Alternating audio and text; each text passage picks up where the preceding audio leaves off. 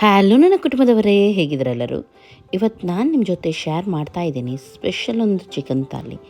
ಖಂಡಿತವಾಗ್ಲೂ ನಿಮಗೆ ಇದು ಇಷ್ಟ ಆಗುತ್ತೆ, ಯಾಕೆಂದರೆ ಜಟ್ಪಟಾಗಿ ಇದನ್ನು ನೀವು ಮಾಡಿ ಮುಗಿಸ್ಬೋದು. ಹಾಗಾಗಿ ಇವತ್ತಿನ ರೆಸಿಪಿ ಇಷ್ಟ ಆಯ್ತು ಅಂತಂದರೆ ಒಂದು ಲೈಕ್ ಮಾಡಿ. ಓಕೆ, ಇವಾಗ ನಾನಿಲ್ಲಿ ಸ್ವಲ್ಪನೇ ಮಾಡ್ತಾ ಇದ್ದೀನಿ. ಒಂದು 2.5 kg ಚಿಕನ್ ತೊಗೊಂಡಿದ್ದೀನಿ. ಅದನ್ನು ಚೆನ್ನಾಗಿ ಇವಾಗ ಕ್ಲೀನ್ ಮಾಡಿ ಬೇಯಿಸ್ಲಿಕ್ಕೆ ಇಡಲಿಕ್ಕುಂಟು. ಎಲ್ಲವನ್ನು ಒಟ್ಟಿಗೆ ನಾನು ಬೇಯಿಸಲಿಕ್ಕೆ ಇಡ್ತೀನಿ. ಅದಕ್ಕಿಂತ ಮೊದಲು ನಾನು ಇದಕ್ಕೆ ಒಂದು ಪಾತ್ರೆಯಲ್ಲಿ ಎಣ್ಣೆ ಹಾಕಿ ಒಂದು ನೀರುಳ್ಳಿಯನ್ನು ಸಣ್ಣದಾಗಿ ಹೆಚ್ಚಿದ್ದೀನಿ. ಇದನ್ನು ಚೆನ್ನಾಗಿ ಸ್ವಲ್ಪ ಕಲರ್ ಬರುವವರೆಗೂ ಫ್ರೈ ಮಾಡ್ತೀನಿ. ಆಮೇಲೆ ಇದಕ್ಕೆ ಜಿಂಜರ್ ಗಾರ್ಲಿಕ್ ಪೇಸ್ಟನ್ನು ಹಾಕೋಣ 1 ಚಮಚದಷ್ಟು. ಹಾಗೂ ಸ್ವಲ್ಪ ಫ್ರೈ ಆಗಿದ್ದೆ ಇದಕ್ಕೆ ಎಲ್ಲ ಚಿಕನನ್ನು ನಾವು ಹಾಕಿಬಿಡೋಣ.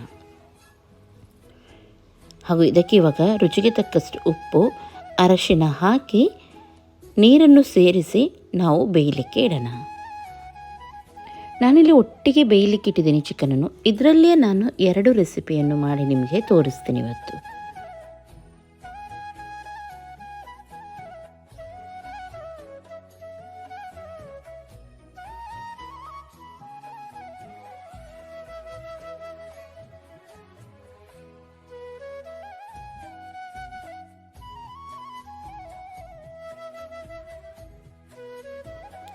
ಓಕೆ, ಇಲ್ಲಿ ಸ್ವಲ್ಪ ಹೊತ್ತು ಆಗಿದೆ. ಚಿಕನ್ ಇವಾಗ ಸರಿಯಾಗಿ ಬೆಂದಿದೆ. ಈ ರೀತಿ ಬೇಯಬೇಕು, ತುಂಬ ಓವರ್ ಕೂಡ ಬೇಯಿಸಬೇಡಿ. ನೋಡಿ, ಈ ರೀತಿ ಆದರೆ ಸಾಕು. ಇವಾಗ ಇದನ್ನು ಕೆಳಗಿಳಿಸೋಣ. ಹಾಗೂ 2 ಪಾರ್ಟಾಗಿ ಇದನ್ನು ಮಾಡಲಿಕ್ಕುಂಟು. ಸೂಪನ್ನು ನಾನು ಸಪ್ರೇಟಾಗಿ ತೆಗೆದು ಇಟ್ಟಿದ್ದೀನಿ. ಇಲ್ಲಿ ಇವಾಗ 2.5 ಟೇಬಲ್ ಸ್ಪೂನಷ್ಟು ಬಾಫತ್ ಪೌಡರ್, ಸ್ವಲ್ಪ ಮನೆಯಲ್ಲಿ ಮಾಡಿದ ಗರಂ ಮಸಾಲ, ಜೀರಾ ಪೌಡರ್ ಹಾಗೂ ಕೊತ್ತಂಬರಿ ಪೌಡರನ್ನು ತೊಗೊಂಡಿದ್ದೀನಿ. ಆಮೇಲೆ ಬಾಫತ್ ಪೌಡರ್ ಇಲ್ಲದ್ರೆ ನೀವು ಸ್ಕಿಪ್ ಮಾಡ್ಬೋದು. ಆದರೆ ಯಾವ ರೀತಿ ಮಾಡೋದು ಅಂತ ಬೇಕಿದ್ದರೆ ಇದೇ ರೆಸಿಪಿಯಲ್ಲಿ, ಅಂದರೆ ಇದೇ ಚಾನಲಲ್ಲಿ ಇದೆ, ಅದರಲ್ಲಿ ನೀವು ನೋಡ್ಬೋದು. ಯಾವುದಕ್ಕೂ ಕೂಡ ವೆಜ್ ನಾನ್ ವೆಜ್ ಯಾವುದಕ್ಕೂ ಕೂಡ ನೀವು ಈ ಮಸಾಲವನ್ನು ಹಾಕಿದರೆ ತುಂಬ ಚೆನ್ನಾಗಿ ಬರುತ್ತೆ. ಓಕೆ, ಇವಾಗ ನೀರುಳ್ಳಿಯನ್ನು ಚೆನ್ನಾಗಿ ಫ್ರೈ ಮಾಡಿದ್ದೀನಿ. ಒಂದು ನೀರುಳ್ಳಿಯನ್ನು ದೊಡ್ಡ ಸೈಜ್ ಇರೋದ್ರಿಂದ ಬೇಕಿದ್ರೆ ನೀವು ಜಾಸ್ತಿನೂ ಹಾಕ್ಬೋದು ನೀರುಳ್ಳಿ. ಹಾಗೂ 2 ಟೊಮೆಟೊವನ್ನು ಇದಕ್ಕೆ ಸೇರಿಸಿದ್ದೀನಿ. ಇಲ್ಲಿ ನಾನು ಸ್ವಲ್ಪ ಮೊಸರನ್ನು, ಒಂದು ಅರ್ಧ ಕಪ್ಪಷ್ಟು ಮೊಸರನ್ನು ಕೂಡ ಹಾಕ್ತಾ ಇದ್ದೀನಿ. ಟೊಮೆಟೊ ಎಲ್ಲ ಚೆನ್ನಾಗಿ ಸಾಫ್ಟ್ ಆದಮೇಲೆ ನಾನು ಮೊಸರನ್ನು ಇದಕ್ಕೆ ಸೇರಿಸಿದ್ದೀನಿ. ಆಮೇಲೆ ನಾವು ರೆಡಿ ಮಾಡಿಟ್ಟ ಮಸಾಲವನ್ನು ಇದಕ್ಕೆ ಹಾಕಿ ಚೆನ್ನಾಗಿ ಇದನ್ನು ಫ್ರೈ ಮಾಡ್ತೀನಿ. ರುಚಿಗೆ ತಕ್ಕಷ್ಟು ಸ್ವಲ್ಪ ಇದಕ್ಕೆ ಉಪ್ಪನ್ನು ಹಾಕೋಣ, ಯಾಕೆಂದರೆ ಚಿಕನಿಗೆ ಕೂಡ ಆಲ್ರೆಡಿ ನಾವು ಉಪ್ಪನ್ನು ಹಾಕಿದ್ದೀವಿ. ಇವಾಗ ಸ್ವಲ್ಪ ಚಿಕನನ್ನು ತೆಗೆದು ಸೂಪಿನ ಸಮೇತ ಇದಕ್ಕೆ ನಾನು ಹಾಕ್ತಾ ಇದ್ದೀನಿ. ಫಸ್ಟಿಗೆ ಸ್ವಲ್ಪನೇ ಸೂಪನ್ನು ಹಾಕಿ ನಾನು ಇದನ್ನು ಫ್ರೈ ಮಾಡ್ತಾ ಇದ್ದೀನಿ. ಚೆನ್ನಾಗಿ ಮಿಕ್ಸ್ ಆದಮೇಲೆ ಇದಕ್ಕೆ ಚಿಕನನ್ನು ಆ್ಯಡ್ ಮಾಡೋಣ. ಹಾಗೂ ಒಳ್ಳೆ ರೀತಿ ಇದನ್ನು ಕಲಸಿ ಡ್ರೈ ಆಗೋ ತನಕ ನಾವು ಹೀಗೇ ಇಡೋಣ. ಹಾಗಾಗಿ ನಾನು ಹೇಳಿದ್ದು, ತುಂಬ ಓವರಾಗಿ ಚಿಕನ್ ಕುಕ್ ಮಾಡಬೇಡಿ, ಯಾಕೆಂದರೆ ಇಲ್ಲಿ ಕೂಡ ಚಿಕನ್ ಮತ್ತೊಮ್ಮೆ ಮಸಾಲದಲ್ಲಿ ಬೇಯುತ್ತೆ. ಆವಾಗ ತುಂಬ ಓವರಾಗಿ ಕುಕ್ ಆದರೆ ಮತ್ತು ಹುಡಿ ಆಗುತ್ತೆ. ಓಕೆ, ಇವಾಗ ಕಂಪ್ಲೀಟಾಗಿ ಡ್ರೈ ಆಗಿದೆ. ಎಷ್ಟಾದರೆ ಸಾಕು, ಇದಕ್ಕಿಂತ ಡ್ರೈ ನೀವು ಬೇಕಿದ್ರೆ ಮಾಡ್ಬೋದು. ಕೊತ್ತಂಬರಿ ಸೊಪ್ಪನ್ನು ಹಾಕಿ ಇದನ್ನು ಕೆಳಗಿಳಿಸೋಣ.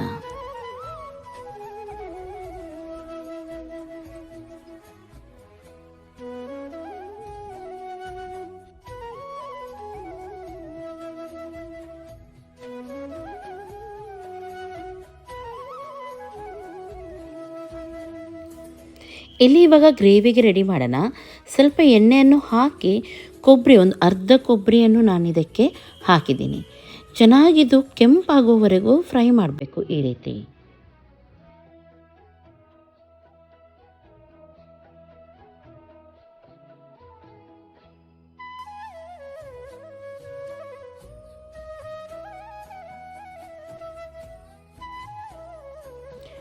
ಕೊಬ್ಬರಿ ಒಳ್ಳೆ ರೀತಿ ಫ್ರೈ ಆದಮೇಲೆ ನಾನು ಅದೇ ಎಣ್ಣೆಗೆ ಇವಾಗ 2 ದೊಡ್ಡ ಸೈಜ್ ನೀರುಳ್ಳಿಯನ್ನು ಹಾಕಿ ಫ್ರೈ ಮಾಡ್ತಾ ಇದ್ದೀನಿ.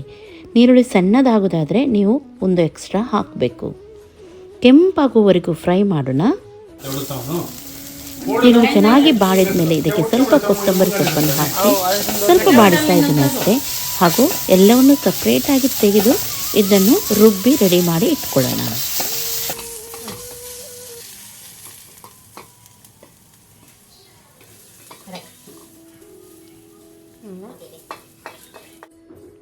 ಇವಾಗ ಇಲ್ಲಿ ಗ್ರೇವಿಗೆ ರೆಡಿ ಮಾಡೋಣ. ಒಂದು ಪಾತ್ರೆಯಲ್ಲಿ ಸ್ವಲ್ಪ ಎಣ್ಣೆ ಅಥವಾ ತುಪ್ಪವನ್ನು ಹಾಕಿ ಇದಕ್ಕೆ ಒಂದು ನೀರುಳ್ಳಿಯನ್ನು ಸಣ್ಣ ನೀರುಳ್ಳಿಯನ್ನು ಸಣ್ಣದಾಗಿ ಹೆಚ್ಚಿ ಹಾಕಿದ್ದೀನಿ. ಒಳ್ಳೆ ರೀತಿ ಕೆಂಪಾಗೋವರೆಗೂ ಫ್ರೈ ಮಾಡೋಣ. ಅಷ್ಟು ತನಕ ಮಸಾಲೆ ರೆಡಿ ಮಾಡೋಣ. 1.5 ಟೇಬಲ್ ಸ್ಪೂನಷ್ಟು ಚಿಲ್ಲಿ ಪೌಡರ್, ಸ್ವಲ್ಪ ಪೆಪ್ಪರ್ ಪೌಡರ್, ಗರಂ ಮಸಾಲ, ಕೊತ್ತಂಬರಿ ಪೌಡರ್ 1 ಟೇಬಲ್ ಸ್ಪೂನಷ್ಟು, ಸ್ವಲ್ಪ ಕಸೂರಿ ಮೇಥಿ, ಅರ್ಧ ಟೇಬಲ್ ಸ್ಪೂನಷ್ಟು ಜೀರಿಗೆ, ಇಷ್ಟನ್ನು ರೆಡಿ ಮಾಡಿ ಇಟ್ಕೊಂಡಿದ್ದೀನಿ. ಇವಾಗ ಇದು ಸ್ವಲ್ಪ ಫ್ರೈ ಆಗಿದ್ದೆ ನಾನು ಇದಕ್ಕೆ ಟೊಮೆಟೊವನ್ನು ಗ್ರೈಂಡ್ ಮಾಡಿ ಹಾಕ್ತಾ ಇದ್ದೀನಿ, ಅಥವಾ ನೀವು ಕಟ್ ಮಾಡಿ ಕೂಡ ಹಾಕ್ಬೋದು. ಇಲ್ಲಿ ನಾನು 4 ಟೊಮೆಟೊವನ್ನು ಗ್ರೈಂಡ್ ಮಾಡಿದ್ದಕ್ಕೆ ಸೇರಿಸಿದ್ದೀನಿ. ಚೆನ್ನಾಗಿ ಇದನ್ನು ಫ್ರೈ ಮಾಡಬೇಕು, ಇದರ ಹಸಿ ವಾಸನೆ ಹೋಗೋವರೆಗೂ. ಆಮೇಲೆ ನಾವು ರೆಡಿ ಮಾಡಿಟ್ಟ ಮಸಾಲವನ್ನು ಇದಕ್ಕೆ ಹಾಕೋಣ. ಎಲ್ಲವನ್ನು ಒಳ್ಳೆ ರೀತಿ ಫ್ರೈ ಮಾಡೋಣ. ತಳತಾಗುತ್ತೆ, ಎಣ್ಣೆ ಕಮ್ಮಿ ಆಗಿದೆ ಅಂತ ಎನಿಸಿದರೆ ಸ್ವಲ್ಪ ಎಣ್ಣೆಯನ್ನು ನೀವಿಲ್ಲಿ ಸೇರಿಸ್ಬೋದು. ನೋಡ್ಬೋದು ಯಾವ ರೀತಿ ಇದು ಫ್ರೈ ಆಗಿದೆ ಮಸಾಲ, ಈ ರೀತಿ ಬರಬೇಕು. ಎಣ್ಣೆ ಎಲ್ಲ ಇವಾಗ ಮೇಲೆ ಬರ್ತಾ ಉಂಟು. ಈ ಟೈಮಲ್ಲಿ ನಾನು ಇದಕ್ಕೆ 1 ಚಮಚದಷ್ಟು ಬೇಸನ್ ಅಂದರೆ ಕಡಲೆ ಹಿಟ್ಟನ್ನು ಸೇರಿಸ್ತಾ ಇದ್ದೀನಿ ಹಾಗೂ ಸರಿಯಾಗಿ ಇದನ್ನು ಮಿಕ್ಸ್ ಮಾಡ್ತಾ ಇದ್ದೀನಿ. ಇವಾಗ ನಾವು ರುಬ್ಬಿದ ಮಸಾಲ ಉಂಟು ನೋಡಿ, ಇದನ್ನು ಈ ಮಸಾಲಕ್ಕೆ ನಾವು ಹಾಕೋಣ. ಓಕೆ, ಇವಾಗ ಚೆನ್ನಾಗಿ ಇದನ್ನು ಮಿಕ್ಸ್ ಮಾಡಿ ಬೇಕಾಗುವಷ್ಟು ನೀರನ್ನು ಸೇರಿಸಿ, ಮೊದಲು ಸರಿಯಾಗಿ ಇದನ್ನು ಮಿಕ್ಸ್ ಮಾಡಿ ಆಮೇಲೆ ನೀರನ್ನು ಸೇರಿಸಿ. ಎಷ್ಟು ಹದಕ್ಕೆ ಬೇಕು ನೋಡಿ ಅಷ್ಟು ಹದಕ್ಕೆ ಇಟ್ಟುಬಿಡಿ. ಅದು ನೆನಪಿಡಿ, ನೀರನ್ನು ಸೇರಿಸೋಕ್ಕಿಂತ ಮೊದಲು ಚಿಕನಲ್ಲಿ ಸೂಪೆಲ್ಲ ಇದೆ, ಹಾಗಾಗಿ ಸೂಪನ್ನು ಮೊದಲು ಹಾಕಿಬಿಡೋಣ. ಆವಾಗ ನಮಗೆ ಗೊತ್ತಾಗುತ್ತೆ ಎಷ್ಟು ನೀರು ಬೇಕಂತ ಹೇಳಿ. ಸೂಪ್ ಹಾಗೂ ಚಿಕನ್ ಎರಡನ್ನೂ ಕೂಡ ನಾನಿಲ್ಲಿ ಸೇರಿಸಿದ್ದೀನಿ, ಸರಿಯಾಗಿ ಮಿಕ್ಸ್ ಮಾಡ್ತಾ ಇದ್ದೀನಿ. ಇವಾಗ ಇದಕ್ಕೆ ನೀರನ್ನು ಬೇಕಿದ್ರೆ ಸೇರಿಸಬೇಕು. ಬೇಕಾಗುವಷ್ಟು ನೀರನ್ನು ಸೇರಿಸಿ ಇವಾಗ ಕುದಿಲಿಕ್ಕೆ ಇಟ್ಟಿದ್ದೀನಿ. ಚೆನ್ನಾಗಿ ಕುದೀತಾ ಉಂಟು. ಕೊತ್ತಂಬರಿ ಸೊಪ್ಪು ಹಾಕಿ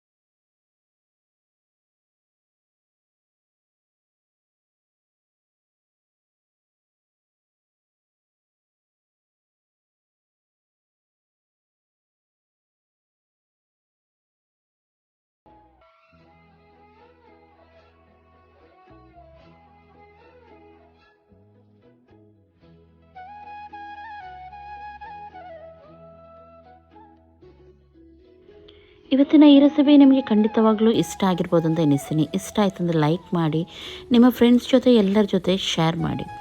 ಹಾಗೂ ಯಾರು ಇನ್ನೂ ಕೂಡ ಸಬ್ಸ್ಕ್ರೈಬ್ ಮಾಡಲಿಲ್ಲ ಸಬ್ಸ್ಕ್ರೈಬ್ ಮಾಡಿ. ನಾನಂತೂ ಗಟ್ಟಿ ಊಟ ಮಾಡ್ತಾಯಿದ್ದೀನಿ, ನೀವು ಕೂಡ ಟ್ರೈ ಮಾಡಿ. ಎಲ್ಲರಿಗೂ ಟೇಕ್ ಕೇರ್, ಬಾಯ್ ಬಾಯ್.